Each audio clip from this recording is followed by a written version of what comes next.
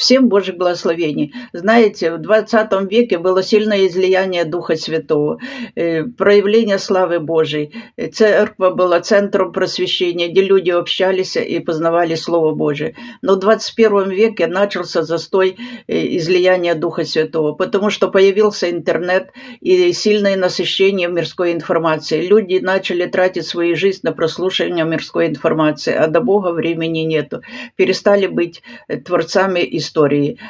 Поэтому, чтобы влиять на этот мир, нам и нужен Дух Святой. А для этого важно стать частью живой церкви, где есть покаяние, крещение в Иисуса Христа для прощения грехов, то есть погружение в Слово Божие. Потому что именно Слово Божие и крестит нас Духом Святым. А там, где Дух Святой, там свобода, жизнь и спасение. И если мы христиане, дети Божии, и наполнены Духом Святым, тогда мы можем влиять на этот мир и нести пробуждение для всех.